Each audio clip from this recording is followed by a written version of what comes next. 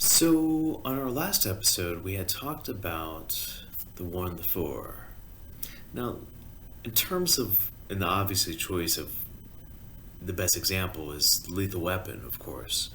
And in terms of like the 1, the 4, it's more like, maybe like Riggs and Leo Getz. And Leo Getz rocks, okay? He is like part of the trio. I mean, just as important.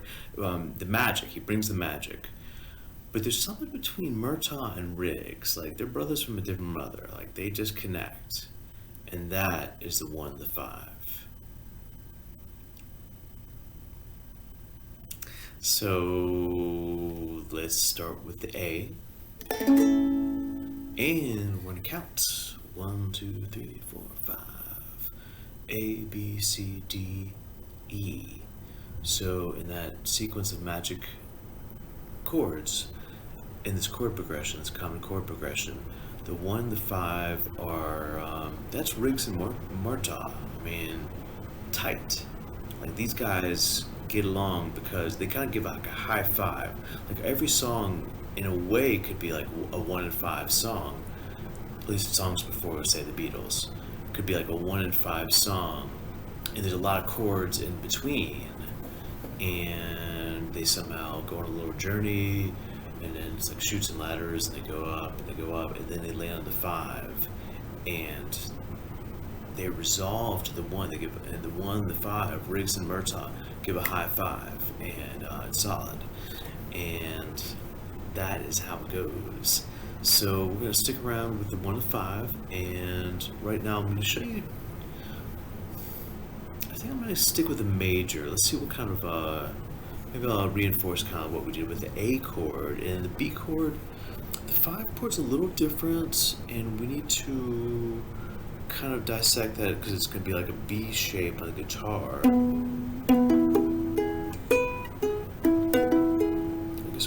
We'll work with that. It's a little easier with different chord progressions, different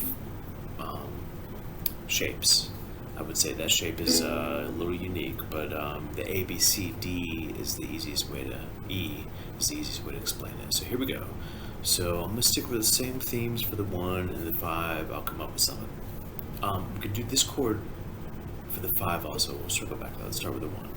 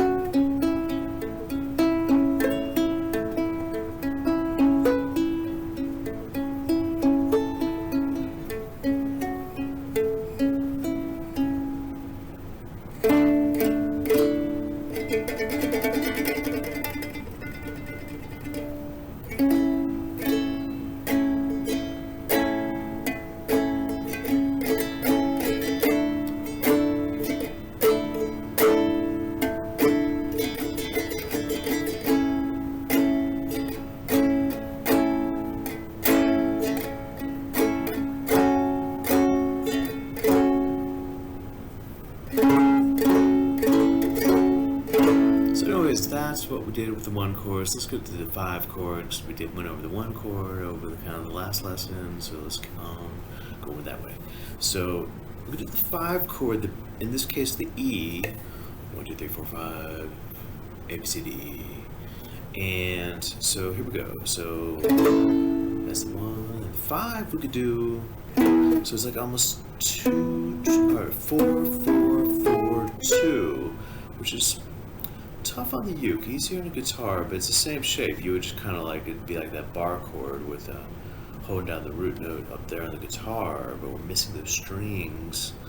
So, yeah, we got sabotaged on that one, I guess.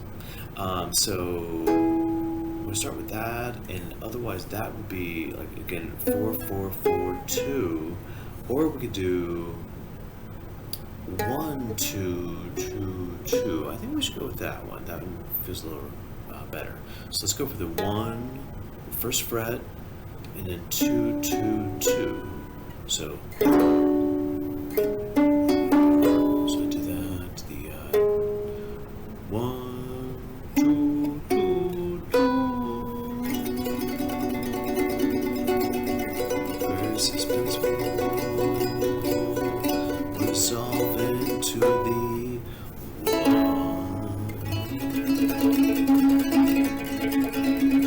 And that's when Riggs and Murtaugh give the high five. And then the song starts over again and kind of rocks from there. So, let's come back to the shape right here. The 1, 2, 2, 2.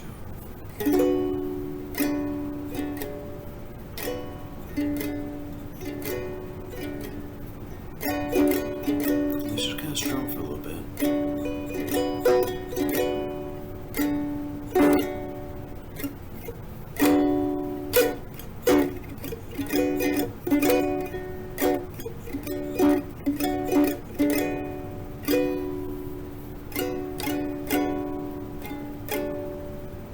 Maybe to create a little tension, and I don't recommend this every single time, but we can right now just because we're here. Let's bring it up a fret. So, which is going to be the 2nd fret and 3rd, 3rd, 3rd fret. So, and we'll go back to the 1, 2, 2, 2.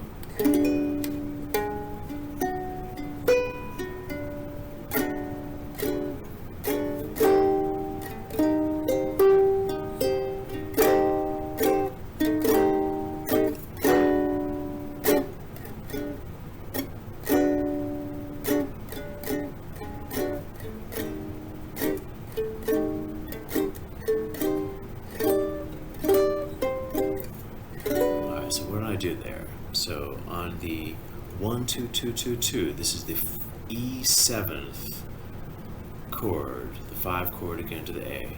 So it's, you can do your pinky on the 2nd fret, or the 4th fret. So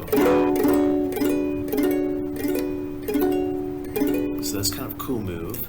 You could even actually do, to even give you some more flexibility, kind of keeping your fingers aligned with the frets.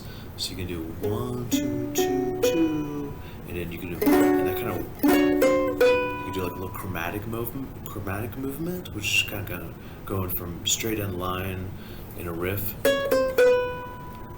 So, and I'll do that a couple times because that's pretty cool.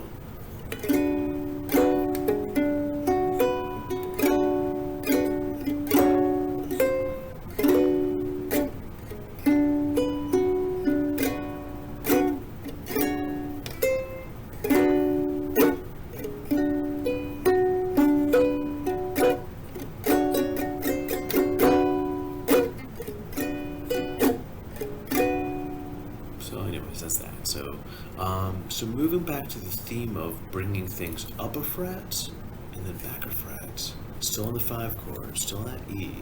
So that would be going to the F. And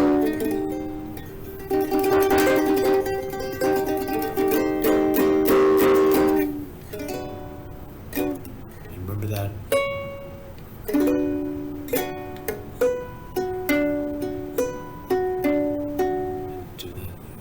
Fret. And I'm not gonna. I'm skipping the chromatic movement. That was the chromatic, just going straight down the line. I'm just gonna go 4 to the 2, 4 to the 2.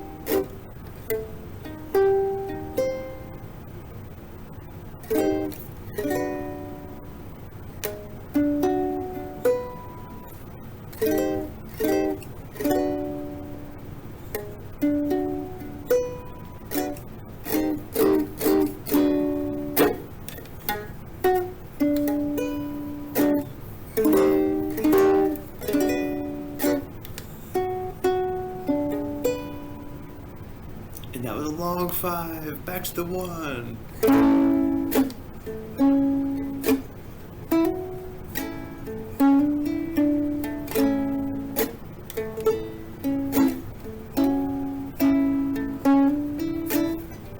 And into the 5.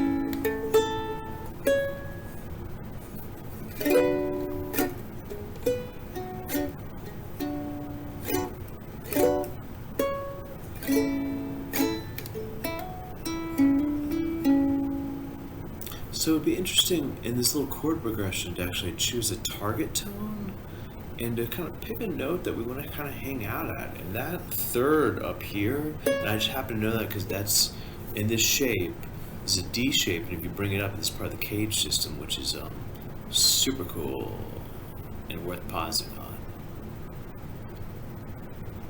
Cage system we're going to come back to, and there's a key part of it, key way of thinking about it is the D goes to the E if you bring it up 2 frets. Or I'm sorry, this is an A, so this is a G. I'm sorry for guitar, getting the guitar and uke mixed up. So this video is getting to be about 12 minutes, so I will get to the point of if you bring this G shape up, so it becomes an A.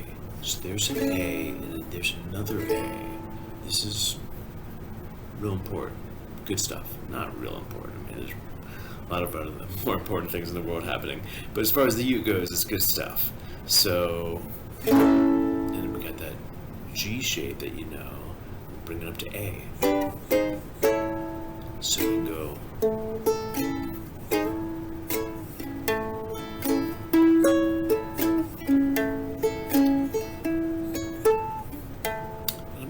Do that a couple times just because that's worth noting.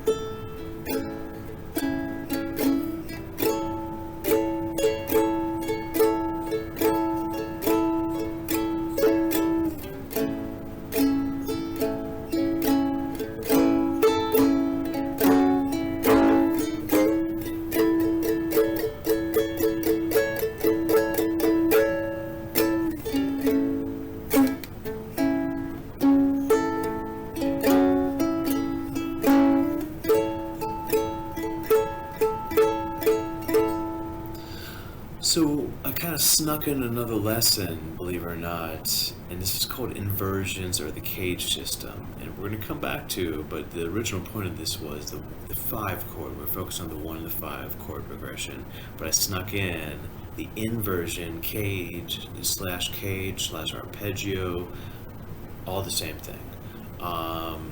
So that was this, moving a G shape up to an A shape.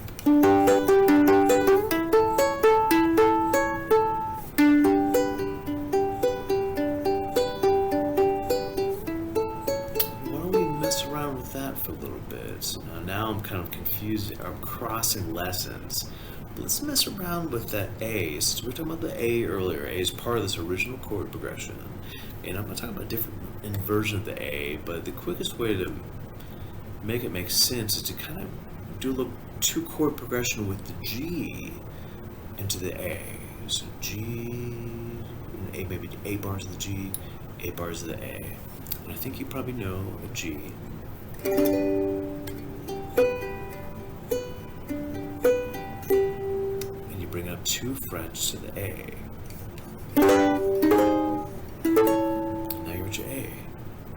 So if you were to do a little chord progression there, you could be like, just kind of really get this shape, this idea of the A in your fingers and in your brain, is the...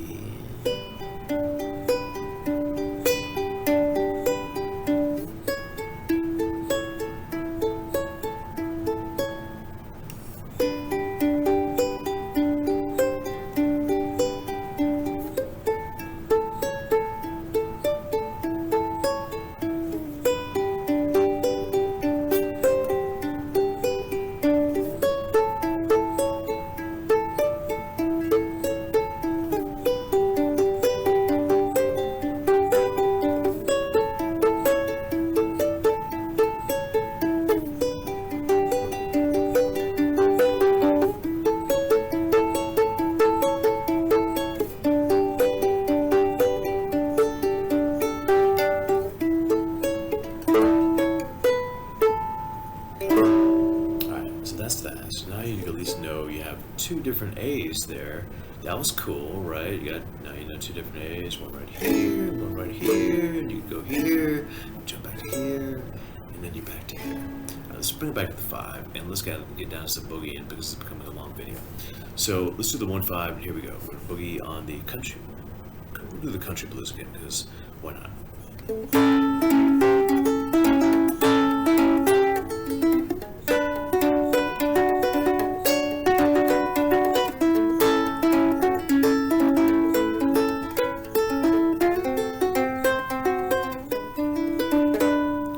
Up. I threw a 4 in there. See, Leo Getz is going to come back, weave his way in there, but whatever Leo wants, Leo gets. So it makes sense. It's inevitable.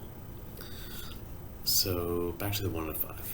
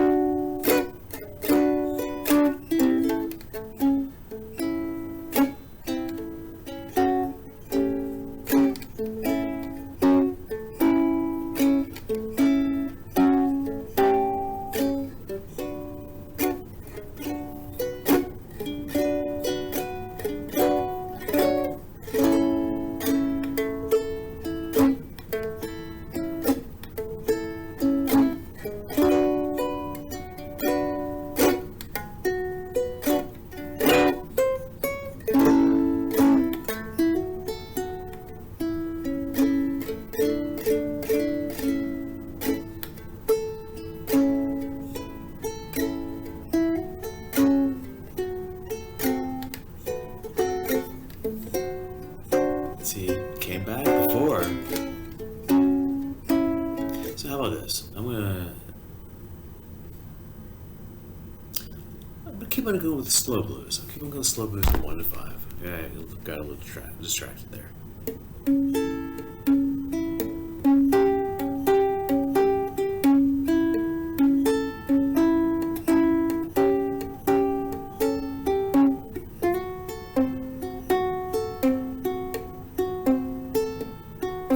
I did it again. Going back to the 4. Alright, here we go. Let's go to the 1 to 5.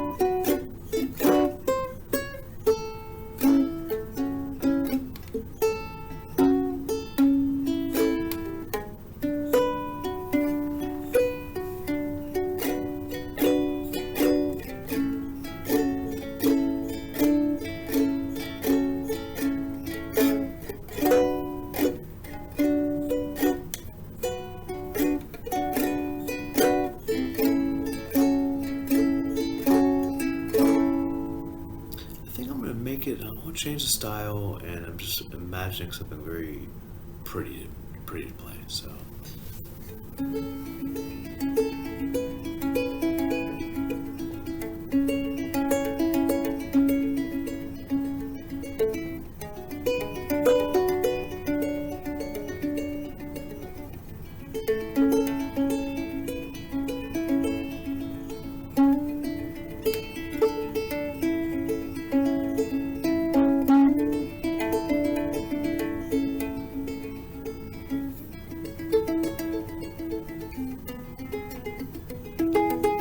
Totally messed that up. Whoops.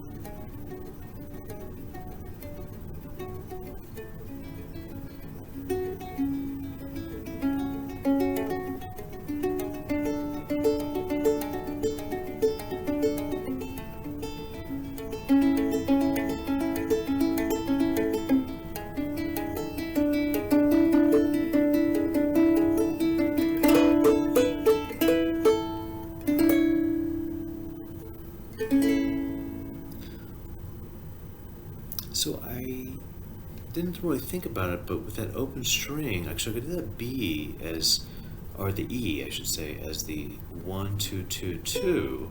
But I could also do a 1 2 2 0. And this video is way long. Holy moly! So I'm going to show you this.